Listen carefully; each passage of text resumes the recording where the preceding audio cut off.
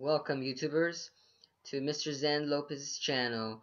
And for today's segment, we're going to be talking about Monster Strike Episode 2.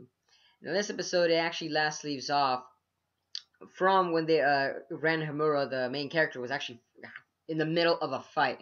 Yes. Like, I feel like Episode 1, Episode 2 should have been put together and would have made one entire episode right there in itself.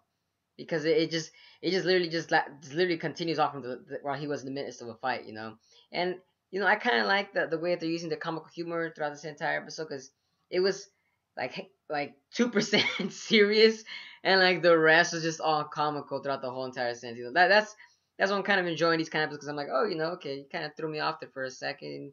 Let me see what else you guys are kind of throwing off. And there's a lot of mystery going on that they're kind of showcasing the cast a little bit better now in this episode as well. Like I said, that's why I feel like these first episodes should have been one episode in itself. That way, it would have explained everything a little bit better. Because in the first episode, it kind of left you like a giant gaping hole, and you're wondering like, what just happened. There should be like something else involved with it. But continue on. We just see that the Ren Hamura, when he summoned Oregen, we actually learn now a little bit more about Oregen as well in this episode. We learn that he's actually a prince from the monster world or something like that. And you're wondering like, oh, okay, now his creature is a top tier prince, and what more, can we do about that? What else the mystery that's gonna happen? And let's not forget, they're conversating throughout the whole entire fight, which I found kind of hilarious there in itself. They're talking about, oh yeah, Oregon's talking to Ren, saying I'm the prince, because he really, to be honest, he actually has that prince mentality because while he's talking to Ren, he's actually telling him, servant, can you do you have to do this and so forth and so forth, and you're wondering like, you're gonna laughing at it in a sense, because the main character's kind of a wimp, and he's not even defending himself, and yet he's like letting himself be called a servant. But in reality, he was just telling my name is Ren, call me Ren.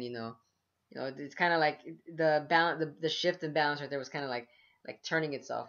And in the episode as well, we kind of see that the little furry creature is actually stronger than what he appeared too. Oregen is actually stronger than what he appears. I'm repeating that because in the battle schematics of the Android game, it's like I said before, it was a pinball game. So what they do is the object of the game to defeat the boss is basically to try to ricochet in its weak point, and the anime also emphasized that based off the Android game as well. And when they actually showcased it for the first time, it was more of a comical sense, since apparently there actually has to be a ring involved in order for the main character to use, in order to like project the trajectory in its rightful direction, so Oregen can go in a straight line.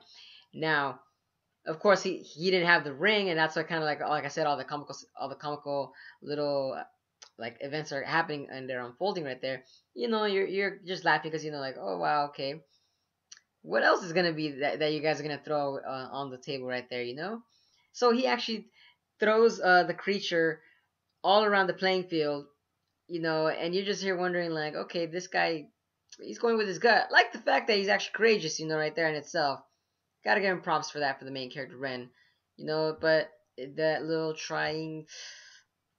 strike kind of failed in a sense, and and then you kind of see later on in the episode as well that there's like a little mystery involved with Aoi Mizusawa, if I'm pronouncing it right, and when she came in out of nowhere. I'm assuming anybody can come in the playing field, but you just can't escape. That's what I'm assuming. That was one of the mysteries that was involved in this episode that I kind of didn't quite get that when I was watching it. And when she gave him the ring, and so forth and so forth. And that's how Ren actually won against the giant creature.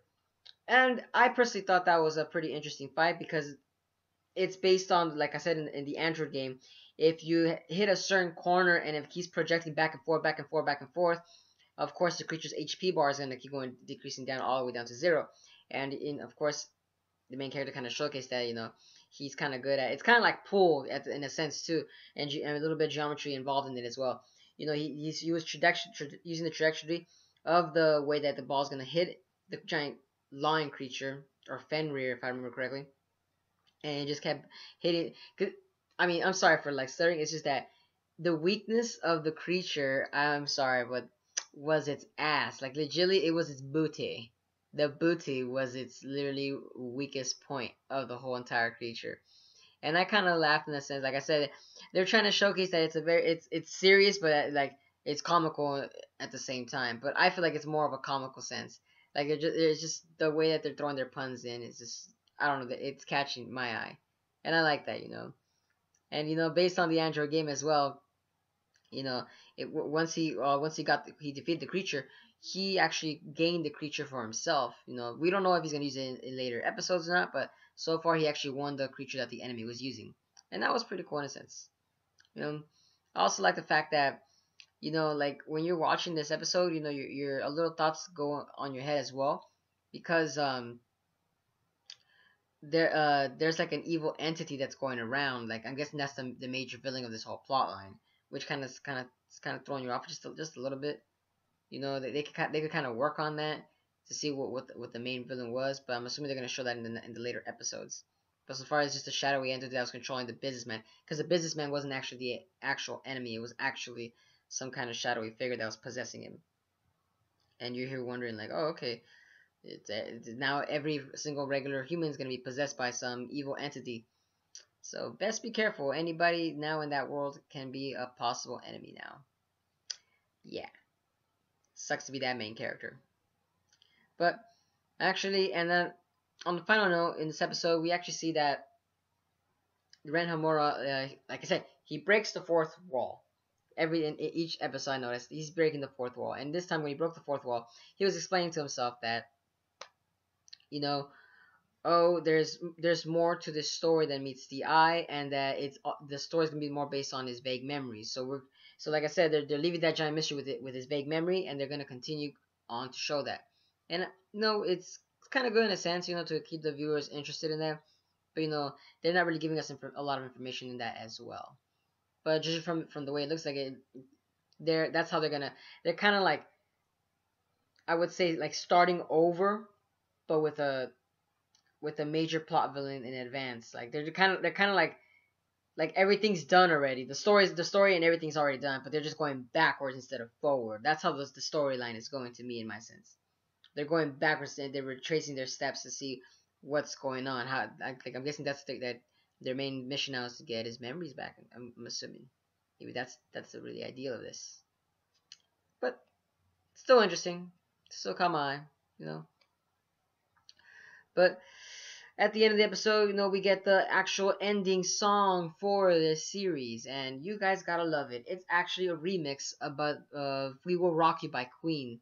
If you guys don't love Queen, I don't know what rock you guys are living under, because Queen is one of the best bands out there. You guys then must have no sense of music, taste in music. I'm sorry, but yes, and you gotta love that. You know, the remix is pretty good in its sense. You know, it kind of goes along with the episode to it as well. You know, a little pump up motivation right there in a sense. You know.